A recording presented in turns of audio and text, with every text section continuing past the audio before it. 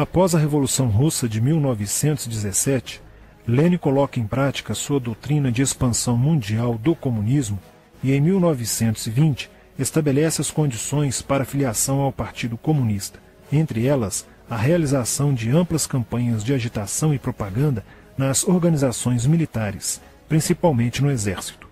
Em 25 de março de 1922, nasce o Partido Comunista do Brasil, o PCB.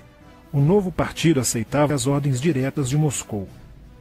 Em 1927, partindo da teoria à prática, o PCB criou uma frente única operária e iniciou um trabalho de infiltração nos quartéis, influenciando Luiz Carlos Prestes, capitão do Exército, a aderir ao comunismo, fato que se deu em março de 1931.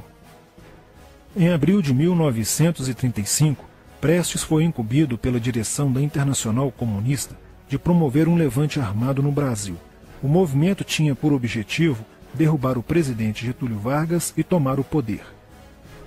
Liderados pela Aliança Nacional Libertadora, militares inclinados ao comunismo iniciaram a rebelião no dia 23 de novembro de 1935, dentro dos quartéis em várias partes do país. Mas devido à falta de organização dos ataques e à ausência do apoio popular, o exército derrotou os comunistas e evitou o golpe de Estado. Em seguida, Prestes é preso e perde a patente de capitão. Com o advento da Segunda Guerra Mundial e a invasão da Rússia pelos nazistas, a política exterior soviética muda e Stalin tenta ganhar o apoio das democracias ocidentais. O PCB redireciona sua política seguindo disciplinadamente a orientação de Moscou e apoia Getúlio Vargas. Após o final da Segunda Guerra Mundial, o PCB reinicia a agitação das massas populares e tenta desestabilizar o governo Dutra através de uma política conspirativa. Durante toda a década de 50, Moscou, através de suas redes apoiadas pelos partidos comunistas no mundo inteiro, tentava desestabilizar as democracias ocidentais. Como consequência, nessa época, em muitas universidades ocidentais, predominava uma visão social esquerdista, sendo que grande parte do terceiro mundo aclamava o modelo soviético como a estrada para a justiça social. Muitos intelectuais se declaravam marxistas. Assim, a conjuntura era altamente favorável ao comunismo, o que provocou sua expansão dramática até o final da década de 50, com a vitória da Revolução Cubana. Isso fez o PCB defender com mais intensidade a luta armada como a única solução viável e progressista dos problemas brasileiros. A União Soviética, destinada a aumentar o seu campo de influência no continente americano, despertou interesse pelo Brasil, um país de dimensões imensas, fronteiriço com quase todos os países da América do Sul, país estratégico no cenário mundial que poderia pender o fiel da balança para o lado comunista. Nos primeiros anos da década de 60, o Brasil passou a viver período de crescente instabilidade política, militar e institucional. Em 1961, Luiz Carlos Prestes encontrou-se com Nikita Khrushchev em Moscou para planejar a Revolução Agrária no Brasil. Neste mesmo ano, no governo de Jânio Quadros, o Partido Comunista Brasileiro enviou a Cuba, com o apoio de Fidel Castro, dezenas de brasileiros para o treinamento político-militar, visando a preparação de quadros revolucionários para desencadear ações de guerrilha rural e urbana no Brasil. Os chineses também colaboraram para a tentativa de implantação do comunismo no Brasil, recebendo na Academia Militar de Pequim, em 1962, um primeiro contingente de brasileiros, visando a formação de quadros guerrilheiros para o movimento que viria a ser implantado na região do Araguaia. No nordeste do Brasil, Francisco Julião organizava as ligas camponesas, com militantes treinados em Cuba. O apoio cubano concretizou-se no fornecimento de armas e dinheiro, além da compra de fazendas em Goiás, Acre, Bahia e Pernambuco, para funcionar como campos de treinamento. No dia 4 de dezembro de 1962, o jornal O Estado de São Paulo noticiou a descoberta e o desbaratamento de um campo de treinamento de guerrilha no estado de Goiás, em uma das 3 fazendas pertencentes às ligas camponesas. Enquanto isso, Goulart governava o país de uma forma pendular. Ora pendia para o lado dos comunistas, ora para o lado dos conservadores. Em setembro de 1963, tudo indicava que o país caminhava para uma revolução de esquerda, principalmente com João Goulart apoiando a sindicalização de sargentos, promovendo a quebra da hierarquia e da disciplina nas Forças Armadas. Em 4 de outubro de 1963, Goulart solicita o estado de sítio ao Congresso Nacional, pelo prazo de 30 dias. A manobra foi repelida pelo Congresso e João Goulart passou a conduzir ações no sentido de implementar o projeto golpista que desaguaria em um regime totalitário de esquerda. Insuflado e orientado por seu cunhado Leonel Brizola, pregava a necessidade de reformas de base e a implantação de uma república sindicalista. Controlando o aparelho sindical, o governo promovia o grevismo, a anarquia e o caos. O país passou a viver dias de intranquilidade, estagnação econômica e inflação descontrolada. Em meio à crescente radicalização do ambiente político, Leonel Brizola era a liderança que unificou as esquerdas na frente de mobilização popular, criando o grupo dos 11 companheiros para tomar o poder pela luta armada. Segundo Brizola, o grupo dos 11 seria a vanguarda avançada do movimento revolucionário, a exemplo da Guarda Vermelha da Revolução Socialista de 1917 na União Soviética. Alheio às críticas que lhe endereçavam militares e oposição civil, João Goulart e o PCB mantinham entendimentos constantes. No dia 13 de março de 1964, um comício realizado na Praça Central do Brasil, no Rio de Janeiro, ficou conhecido como a Comissão das Reformas. Mais de 100 mil pessoas participaram, pedindo a legalização do PCB e a entrega de armas ao povo para a luta armada. No palanque estavam João Goulart, Miguel Arraes e Leonel Brizola.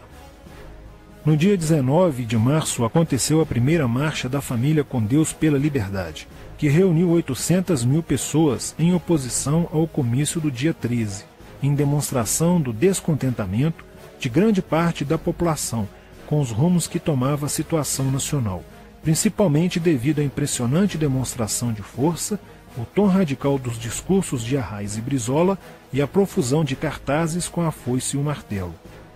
Em 20 de março, apoiados por Brizola e pela CGT, a Associação dos Marinheiros e Fuzileiros Navais do Brasil reuniu-se declarando um motim, dando origem a vários outros movimentos rebeldes no interior das Forças Armadas. Realizou-se em Niterói, na sede do Sindicato dos Operários Navais, um congresso continental de solidariedade a Cuba, com a participação de delegações latino-americanas. Luiz Carlos Prestes manifestou o desejo de que o Brasil fosse a primeira nação da América do Sul a seguir o exemplo de Cuba, se tornando uma nação comunista. Na véspera de 30 de março de 1964, João Goulart, ignorando o pedido de assessores e do seu líder na Câmara, Tancredo Neves, compareceu à sede do Automóvel Clube para uma homenagem da Associação dos Sargentos da Polícia Militar.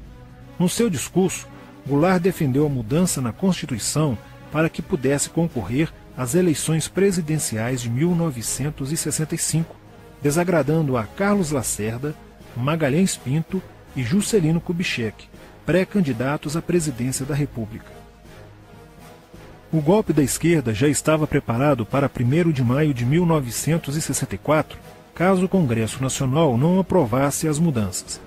A imprensa brasileira, bem como importantes setores da Igreja Católica, do meio empresarial e a maior parte do Congresso Nacional, exigiam ações das Forças Armadas para conterem os comunistas no Brasil. Ao final de março, jornais como o Globo, Jornal do Brasil, Correio da Manhã e Diário de Notícias pregaram abertamente a deposição do presidente João Goulart. Nos bastidores dos acontecimentos, os serviços secretos dos Estados Unidos e da União Soviética trabalhavam intensamente, tentando cada um fazer a balança pender para o seu lado, não medindo esforços para levarem o Brasil a uma guerra civil. O general Olímpio Mourão Filho resolveu partir com suas tropas sediadas no estado de Minas Gerais para o Rio de Janeiro. O general Castelo Branco, ao saber disso, telefonou para Magalhães Pinto, governador de Minas Gerais, com o intuito de segurar o levante. O governador mineiro argumentou que, uma vez iniciada a revolução, seria um erro parar, pois alertaria as forças fiéis a Goulart, podendo agravar a situação. A falta de reação do governo Goulart e dos grupos que lhe davam apoio foi notável. Não se conseguiu articular uma reação armada por parte da esquerda. também fracassou uma greve geral proposta pelo Comando Geral dos Trabalhadores, em apoio ao governo. João Goulart, em busca de segurança, viajou no dia 1º de abril do Rio de Janeiro, onde se encontrava no momento da Revolução, para Brasília, e em seguida para Porto Alegre, onde Leonel Brizola tentava organizar a resistência. Mas João Goulart desistiu de um confronto militar com os revolucionários e seguiu para o exílio no Uruguai. No dia 2 de abril, o presidente da Câmara dos Deputados, Ranieri Mazzilli, assume provisoriamente a presidência da República e mais de 1 milhão de pessoas lotaram as ruas e praças do país para comemorar a vitória. No dia 11 de abril de 1964, o Congresso Nacional se reuniu para eleger o novo presidente da República. O general Castelo Branco, aclamado por grande parte da sociedade brasileira, apoiado pela imprensa e por importantes setores da Igreja Católica, além de contar com a aprovação de grandes líderes políticos, entre eles Juscelino Kubitschek, precisava de 238 votos para ser eleito em primeiro turno, e acabou recebendo 361 votos. No dia 15 de abril, Castelo Branco assume a presidência da República, consolida a vitória sobre o movimento comunista e renova as esperanças do povo brasileiro de ter um país com dias melhores. Porém, a esquerda derrotada colocaria em cena, nos anos posteriores, Carlos Marighella, ideológico comunista e defensor da luta armada, que submeteria o povo brasileiro às ações mais obscuras da guerrilha, o terrorismo.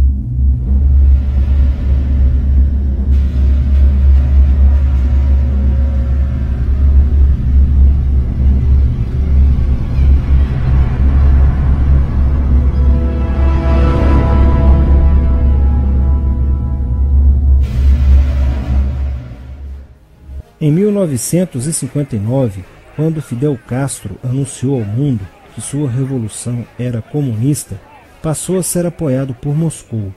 Com isso, a União Soviética iniciou uma campanha para dominar com a ideologia marxista a América Latina, onde os partidos comunistas formariam grupos de guerrilha armada com dinheiro soviético, repassado por Cuba. No Brasil, foram criadas 29 organizações guerrilheiras, onde Fidel Castro vislumbrou expandir sua revolução comunista. Em 1961, o presidente do Brasil, Jânio Quadros, condecorou o guerrilheiro cubano Che Guevara com a Ordem do Cruzeiro do Sul, sem imaginar que 4 meses antes o Partido Comunista Brasileiro acertara com Fidel Castro o envio de jovens brasileiros para o treinamento de guerrilha em Cuba, com a finalidade de preparar quadros revolucionários que desencadeariam a luta armada no Brasil.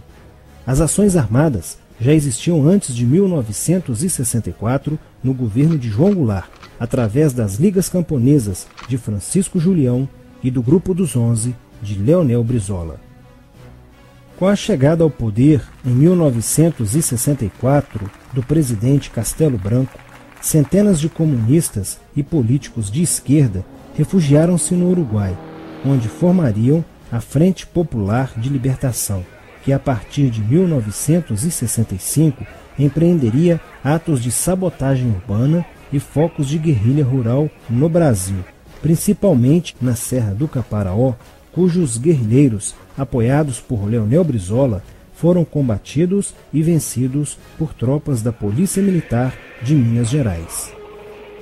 Em 1966, a esquerda brasileira, decidida a tomar o poder à força e em curto prazo, passou a adotar táticas terroristas como as que foram usadas pelo grupo guerrilheiro Ação Popular, que ao explodir uma bomba no saguão do Aeroporto Internacional de Guararapes, em Recife, matou o jornalista Edson Regis de Carvalho e o almirante Nelson Gomes Fernandes. A influência da Revolução Cubana passou a servir de modelo para muitos revolucionários como Carlos Marighella, do PCB, que em 1967 viajou a Cuba e participou de um evento sobre a propagação da luta armada no território brasileiro.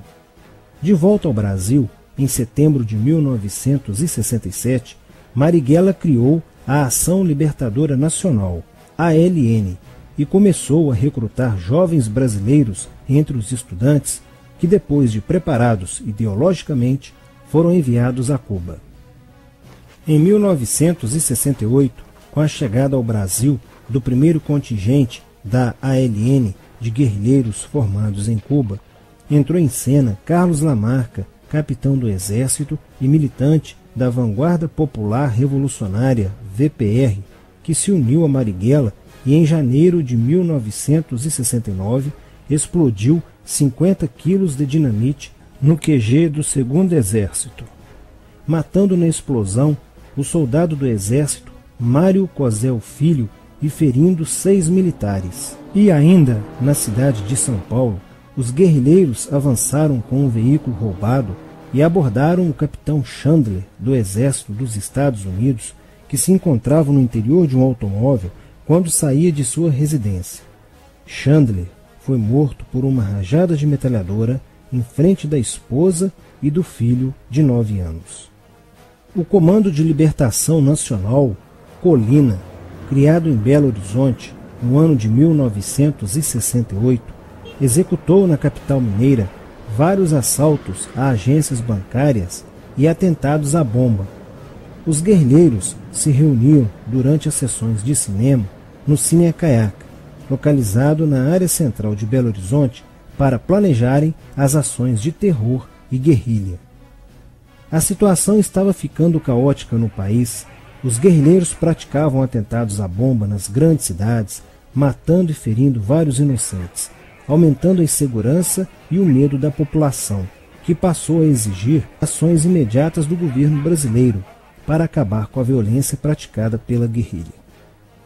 Atendendo ao clamor público para combater o terrorismo e a guerrilha com mais rigor, o presidente Costa e Silva editou o Ato Institucional número 5, AI-5, que previa o exílio e punições mais severas aos autores de atos de guerrilha terrorista praticados contra a população brasileira. Em desafio à nova medida do governo de proteção à sociedade, Carlos Marighella, em 1969, lançou o seu mini-manual do guerrilheiro urbano. Neste mesmo ano, só no Rio de Janeiro, a ALN, para aumentar os seus recursos financeiros, praticou 30 assaltos, sendo a maioria deles contra as agências bancárias. E ainda, em 1969, a ALN, juntamente com o movimento revolucionário 8 de outubro, o MR8, sequestrou o embaixador dos Estados Unidos, Charles Burke. O sequestro foi sugerido pelo guerrilheiro Franklin Martins. Os guerrilheiros exigiram a libertação de 15 presos políticos, dentre os quais se encontrava José Dirceu. A exigência foi prontamente atendida pelo governo militar. A ALN estava prestes a sofrer um grande golpe quando Marighella começou a cair. Após a prisão de um militante de sua organização, no dia 1º de outubro de 1969, Os dados fornecidos pelo militante da ALN preso coincidiram com informações prestadas por outro militante da VPR, que também denunciou o envolvimento de vários religiosos com grupos de guerrilha, entre eles Frei Beto. Quando Frei Fernando e Frei Ivo, também envolvidos com os grupos guerrilheiros, foram presos e logo após interrogados, os religiosos entregaram o ponto de contato de Carlos Marighella, na cidade de São Paulo. No dia 4 de novembro de 1969, o ponto foi cercado pela polícia, onde Marighella, percebendo o cerco, reagiu e foi morto. Depois da morte de Marighella, centenas de guerrilheiros foram presos e mais de 300 armas apreendidas. 2 sequestros de diplomatas, o embaixador alemão Enfried von Hollenberg e o cônsul japonês Nobuo Okushi, foram feitos às pressas para libertar os guerrilheiros que continuavam presos. Inspirados no marxismo cultural, vários militantes da esquerda brasileira iniciaram a estruturação de uma organização que se infiltrou nas faculdades brasileiras, bem como no meio artístico e cultural, e principalmente nas edições de jornais, setores estes com grande poder de influência sobre a formação da opinião popular. Durante as manifestações, vários militantes comunistas, usando armas de fogo, eram infiltrados no movimento estudantil e disparavam contra os manifestantes, na intenção de colocar a opinião pública contra o regime militar. Com a morte de Marighella, Lamarca havia assumido a posição de líder mítico, que sustentava a esperança na vitória comunista. Em 1970, quando o embaixador suíço Giovanni Butcher foi sequestrado, o governo se recusou a soltar os presos da lista apresentada pelos guerrilheiros.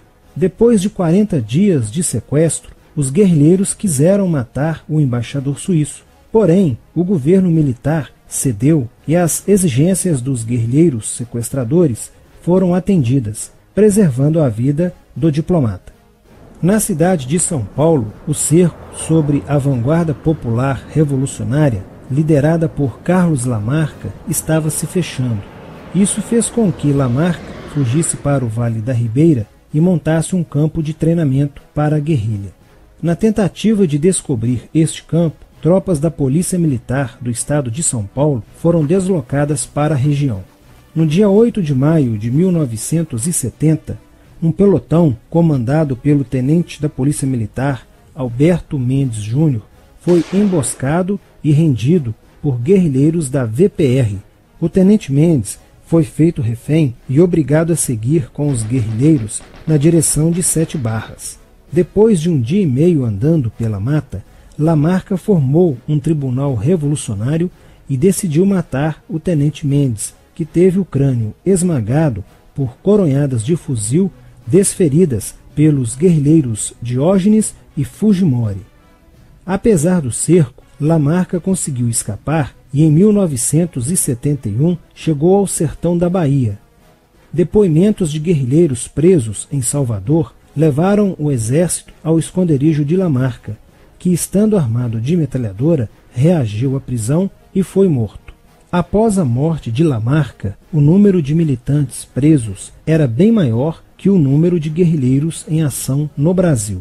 Os guerrilheiros, percebendo que o cerco estava se fechando, passaram a sequestrar aviões comerciais e obrigar o piloto a desviar para outro país, onde pudessem se exilar.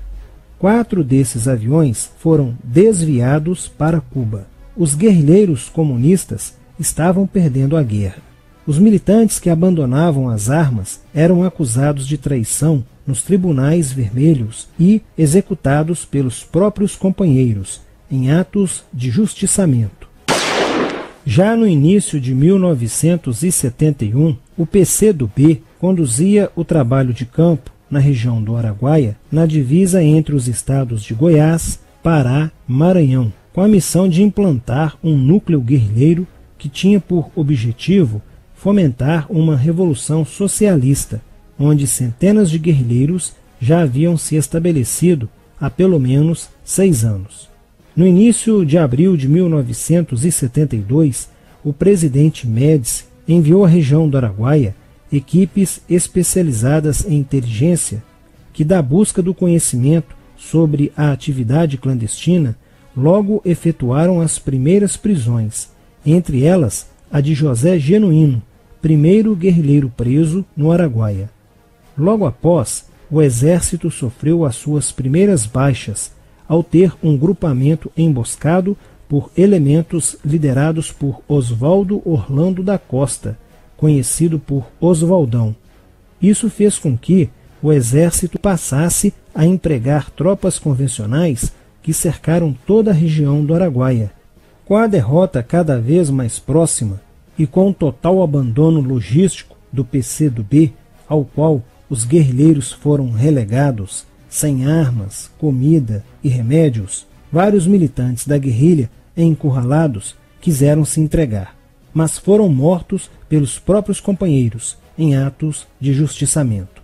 Após a morte de Oswaldão e o desmantelamento do comando militar da guerrilha, o cerco do exército se fechou sobre os rebeldes e vários guerrilheiros foram presos.